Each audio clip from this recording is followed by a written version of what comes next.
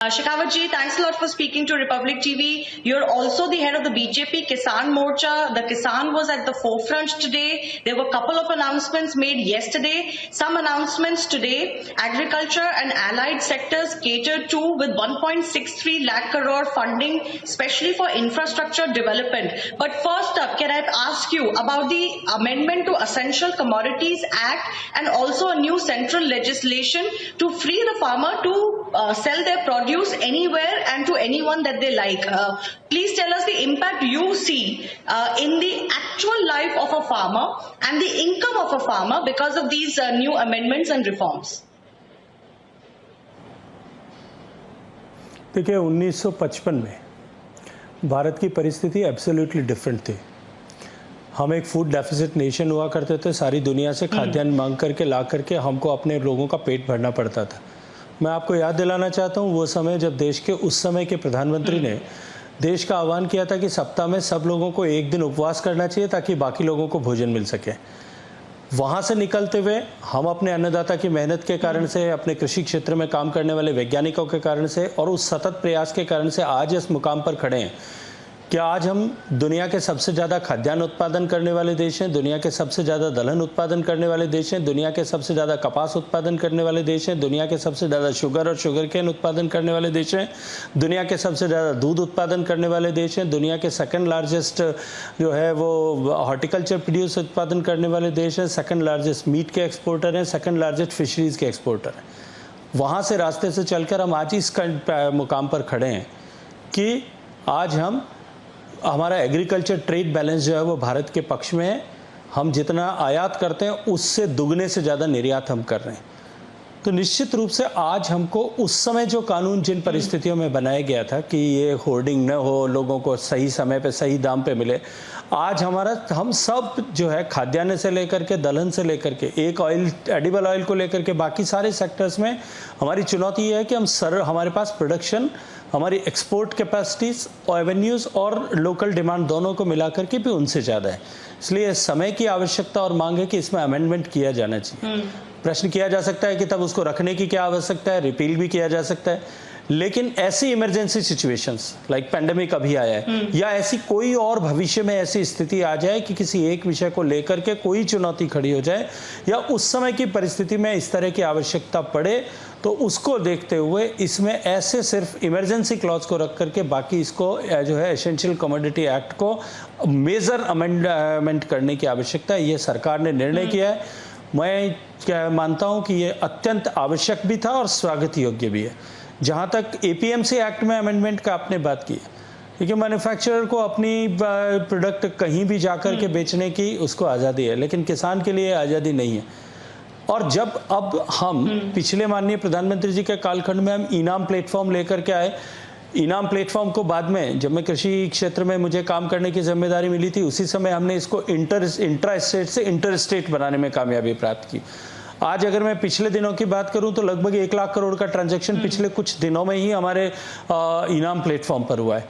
और ऐसे में जो है इस interstate movement of goods और interstate sales of good जो है वो आसान हो सके, इसको ज़्यादा जो है औपचारिकताओं से मुक्त किया जा सके, इस दृष्टिकोण से एपीएमसी एक्ट में भी एक सेंट्रल लेजिस्लेशन ला करके इसको राज्यों को भेजने की आवश्यकता है।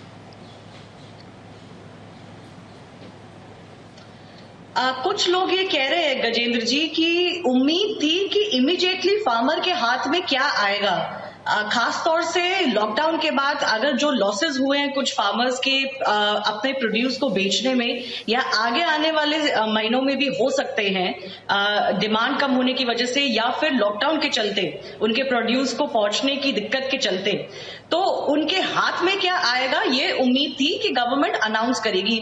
ऑपोजिशन पार्टी और कुछ एक्सपर्ट्स का भी ये कहना है कि वो नहीं हुआ है जो इकोनॉमिक पैकेज में अनाउंसमेंट है। देखिए, हमको सारी चीज़ों को होलिस्टिक वे में देखने की आवश्यकता है। लॉकडाउन के बाद में गरीब कल्याण पैकेज बनाया गया। गरीब कल्याण पैकेज के माध्यम से कुल मिलाकर के जो डिसबर्समेंट हुआ उसमें से 56,000 करोड़ रुपए से ज़्यादा पैसा प्रत्यक्ष रूप से डीबीटी के माध्यम से 42 करोड़ लोगों के घर में पहुंचा है। 42 करोड़ घरों तक पहुंचाने में 56,000 करोड़ रुपए उनके घर तक पहुंचा, वो डायरेक्ट बेनिफिट ट्रांसफर था।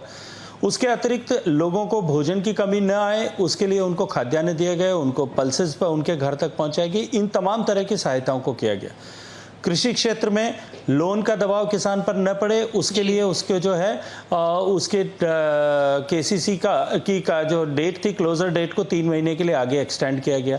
उसके अतिरिक्त जो है किसान के जितने भी काम इस क्षेत्र इस समय में, क्योंकि ये पेंडेमिक जिस समय में भारत में आया, पिछले 2 महीने में हमारे यहाँ हार्वेस्ट सीजन था। देश में हार्वेस्ट बिल्कुल एडिकेट तरीके से हुआ। प्रोक्योरमेंट बहुत इफेक्टिव मैनर में चल रहा है। प्रोक्योरमेंट लेयर जो है वो प्रोक्योरमेंट की परसेंटेज को बढ़ाया गया।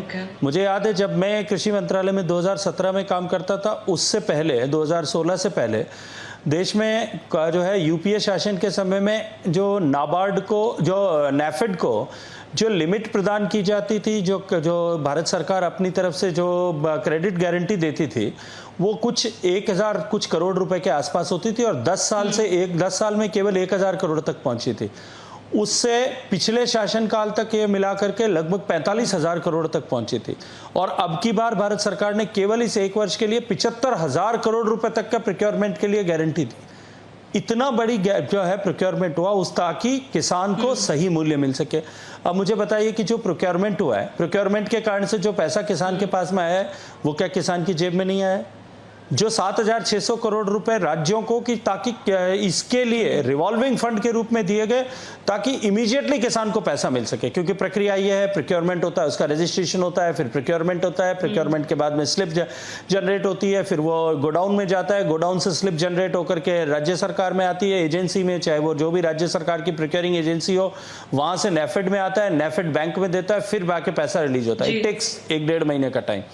इस टाइम को कंडेन करने के लिए भारत सरकार ने 7,600 करोड़ रुपया रिवॉल्विंग फंड दिया ताकि राज्य तुरंत किसान को पैसा दे सके। इसलिए हमको सारी व्यवस्थाओं को एक होलिस्टिक मैनर में देखना पड़ेगा कि किसान को हमने तुरंत सहायता दी, गरीब को भोजन दिया, और अब आत्मनिर्भर भारत बनाने के दृष्टिकोण से, क्योंकि कृषि क्षेत्र भारत की आत्मनिर्भरता के लिए अत्यंत महत्वपूर्ण है, क्रिटिकल सेक्टर है, इसके लिए हमने जो है कृषि क्षेत्र के लिए कल अनाउंसमेंट की है। उनको आज जो है उनके लिए किस तरह से हम केसीसी के नंबर ऑफ केसीसी इंक्रीज करेंगे। आपने देखा होगा कि अब तक देश में हमेशा इन विषयों पे बात हुई कि उसको शॉर्ट टर्म सहायता कैसे दी जा सकती है, उनको ऋण कैसे दिया जा सकता है, और उस दिशा में सरकार ने 1 कदम आगे बढ़ाया, लेकिन 2 कदम इस दिशा में भी आगे बढ़ाने की आवश्यकता थी कि हम सस्टेनेबल एग्रीकल्चर ग्रोथ के लिए एग्रीकल्चर के जो है एग्रीकल्चर प्रोड्यूस का फार्म गेट पर प्रोसेसिंग हो ताकि किसान को वैल्यू एडिशन करके पैसा मिल सके। इस दृष्टिकोण से काम करने की आवश्यकता थी। सस्टेनेबल एग्रीकल्चर के लिए, एग्रीकल्चर के प्रॉफिटेबिलिटी के लिए ये आवश्यकता थी कि हम वेयर हाउसिंग और इंफ्रास्ट्रक्चर को बढ़ाएं, उसको सपोर्ट करने के लिए 1 लाख करोड़ रुपए का फंड बनाए। और आज जितने इनिशिएटिव्स लिए गए कि आज एक छोटे कृषि क्षेत्र में काम करने वाले व्यक्ति वो जो है अपनी छोटे एंटरप्राइजेस अपनी ब्रांड बिल्ड करके और इंटरनेशनल मार्केट तक जा सके, उनके सपोर्ट के लिए जो है 10,000 करोड़ रुपए का एक अलग से फंड बनाया गया। इसलिए हमको इन सारे विषयों को टोटलिटी में देखना पड़ेगा। Okay, fair enough. I appreciate you speaking to Republic TV and answering those questions that have been raised. Thanks a lot for speaking to us.